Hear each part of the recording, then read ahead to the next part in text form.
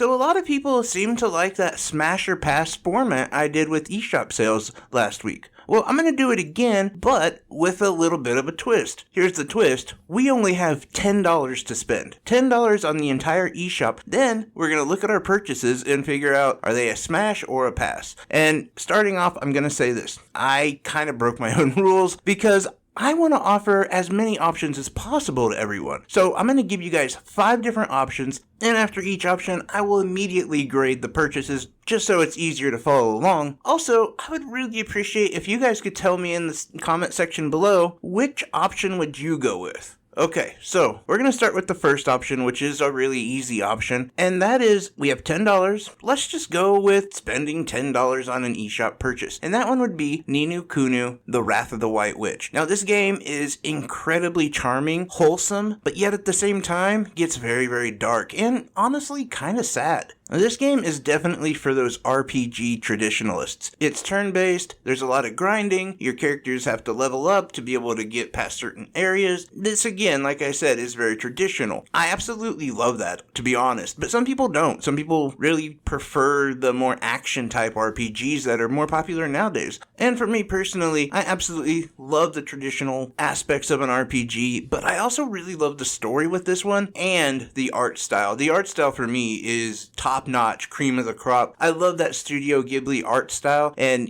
this game really does that well. It just paints this really vivid picture, defines all the edges for you. I absolutely love it, although, like I said, there's a lot of grinding, and this game is very long. It's about 70 hours, so for $10, you're getting a good deal if this is your type of game. So obviously with this one, I'm going to go ahead and smash that. So for option 2, we have a game called Northgard. And this one is also $9.49, so you're coming in right under $10. But for our purposes, we'll just say $10. Now this game is a really interesting, fun game that I think a lot of people will like. And I will say, it, just like Ni no Kuni, is typically about that $30, $40 range. So you're getting a good deal on it as well. This game really follows the path of the Vikings and how they got to where they are. And it is a made up story, of course, but they do it in the mechanics of a sim building. And I really like that. I think it's pretty cool the way that you have to really worry about resource management. You have to worry about keeping your people happy. At the same time, you have to worry about different buildings and what they do. Things like farms and silos, they become incredibly important. But at the same time, you need places where your people can party, because if they're not happy, they're not going to reproduce, and you're not going to have more warriors. So I really do like this style of game, and I definitely know there's a world where I would definitely smash on this one. But to be honest, I'm going to have to pass. I know that there's just so many other options out there. This sort of game, for me, gets repetitive after a while. Alright, now we're going to kick things up a notch because we're doing multiple games. We're getting more content for our dollar, maybe more quality as well. Let's find out.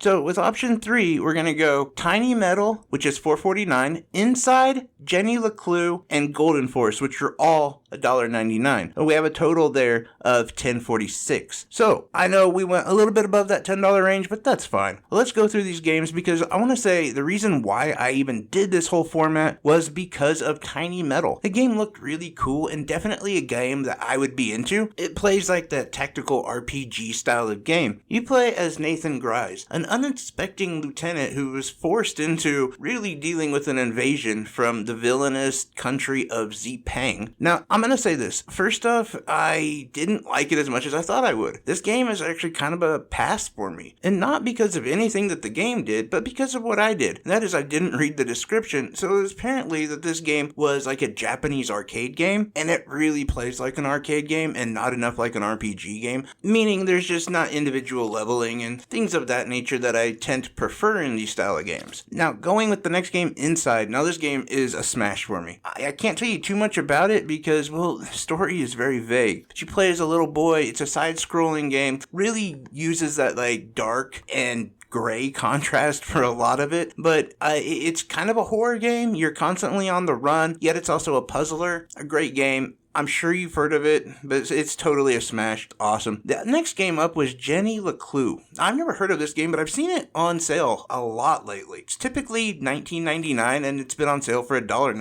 And this game is a really cute little game about a detective. You play as a little girl who's a detective, and the thing that I like about it is you actually physically do the detective work. Like, you pick out, like, clues, and you kind of formulate what happened and how it happened. But this game really does follow a bigger story than that, as you're actually following the author of the Jenny LeClue books as his career is starting to tank because he's just not keeping up with the times. The kids are into Five Nights at Freddy's now. They want blood and guts and gore. They're different now. So this cutesy little format that he's been going with just ain't cutting it. So you follow his path as well as Jenny's. And I gotta say, I'm glad he did go more dark because as a gamer, it would have really sucked if I was just trying to figure out where somebody's peach pie went. So that game definitely gets a smash for me. Next game up on this list is Golden Force. Now this is a game that is $1.99. It comes to us from No Gravity Games. It is definitely a side-scrolling Metroidvania, and I gotta be honest, this game is hard.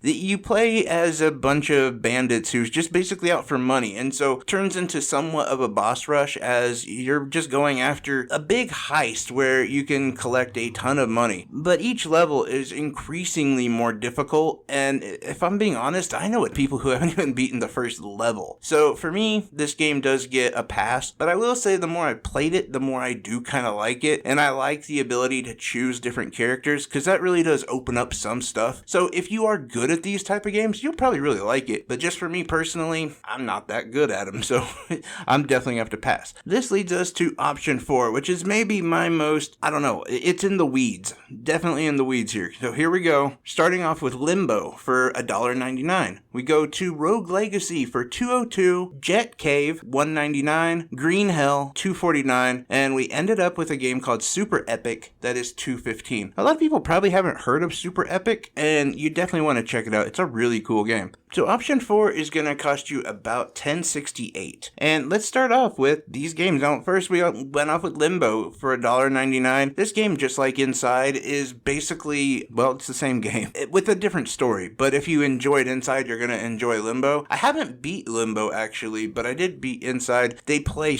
very similar with Limbo. They may be having a little bit more in the way of puzzles than Inside did, but that's definitely going to get a smash for me. Now, Rogue Legacy is a very interesting game that a lot of people have talked about over the years. This is a game where it's obviously a roguelike, but you're sort of meant to die because every time you die, another one of your family members actually takes up the sword for you. And they can have different aspects to them, different buffs or debuffs, and this will kind of start a chain event that will follow the next of kin to take over, as this is obviously a multi-generational fight that this family is going through. I gotta be honest, it's a pass for me. I think a lot of people love it, and I know why. I just have to go back to the fact that I'm not very good at these games, and that's why it's a pass for me. Everything else about it is really cool. I love the creativity, the uniqueness. I love the art style, but I'm just not good. And so, yeah, unfortunately for me, it's a pass, but I could see for so many people it being a smash. Now, Jet Cave is a game that I definitely want to talk about because I've seen this game on sale before. And it looked kind of, I don't know, you're a caveman, you have a jetpack, and you're kind of running around. It looks silly, which is something I do like, but yet also, I don't know, maybe kind of stupid, honestly. And let me just tell you, I haven't gotten that far into the game, but I love it. This game reminds me a lot of like Donkey Kong, like Tropical Freeze Donkey Kong. I love that game. It was one of my favorite games on the Switch, and this game is right up there. I am enjoying so much about it. The graphics look amazing. The story is entertaining and funny and silly, and it gives you enough of a challenge that it's difficult, but not enough to really repel you from playing it and to scare you away from it. This is definitely a very accessible game, and I am loving the hell out of it. So, obviously, Jet Cave gets a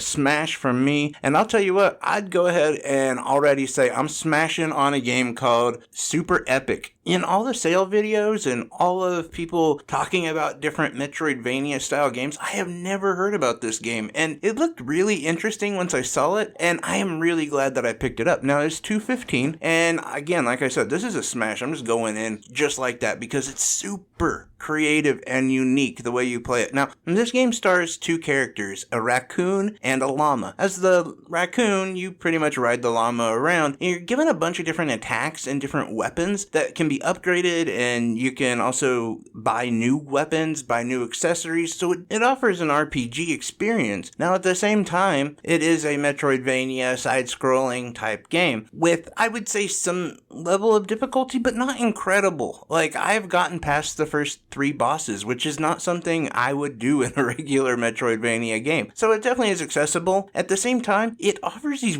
really unique things. Like, if you have a QR reader on your phone, you'll find QR codes, and you're prompted to try to read them, and when you do, you'll find a game, many games actually, that translate over to your phone.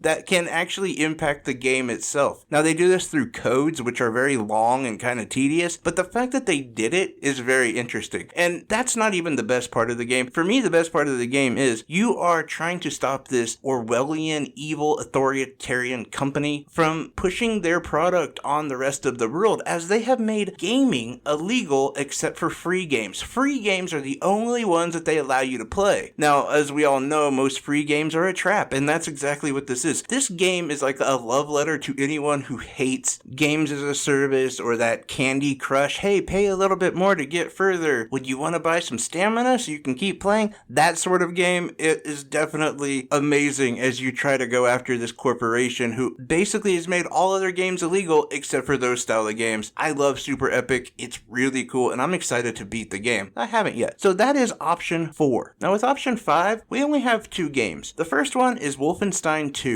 Now this game comes in at $5.99. Now I gotta be honest, I haven't been following the Wolfenstein, thing very much, but I did want to check this game out because, I don't know, there's something fun about shooting Nazis. Call me crazy, but I'm still one of the rare Americans who likes killing Nazis. And this game actually does tell a really deep story about the character. The abuse that he's went through, not to mention the abuse that his mother went through. If you are triggered by things of this nature, definitely would probably avoid a lot of this game, or at least the intro. You can kind of skip the story that tells how he got to be who he is, but you immediately find yourself in a wheelchair with a submachine gun taking down Nazis, and that, to me, is a lot of fun. So this game definitely gets a smash for me because it does come in at $6 and it's typically like a $40 game, and it plays really well on the Nintendo Switch, as where a lot of first-person shooters, it can be hit and miss, especially with third-party companies, but they did a really good job with this one. Now, the other game is Moonlighter. Now, that game is $4.34 right now. Moonlighter, I think I've already said this before, I love Moonlighter. Moonlighter is so cool as you play as a shop owner. And by day, you run your shop where you can upgrade things, you can expand your business, but by night, you moonlight as an adventurer, and you go through these different caves and different dungeons trying to find more stuff to bring back to your shop. Along the way, you'll find some interesting things that happen. I'm not going to give any story points away, but you'll also find bosses, and it basically plays like a really great sim-like game and a really great dungeon crawler, and it does both very, very well. I really love Moonlighter. If you haven't played the game, you definitely should pick it up. Less than $5. So obviously that one gets a smash from me as well. Those are all the options. We have 1 through 5. And in the comment section below, I will actually pin what the options are so you guys can have an easier opportunity to be able to tell me which ones are the option that you would go with if you only had $10 on the eShop. I know this video was pretty long, so I appreciate anyone who stuck it through to the end, and I can't thank you guys enough, as you were completely awesome. Let me know what you think about this format. Is this another format that we should go with? I'm just trying to shake things up, do things different, and ultimately, I can't thank you guys enough for being on this ride with me. You guys make everything so much better, you have no idea. Anyway, take care everyone, bye-bye.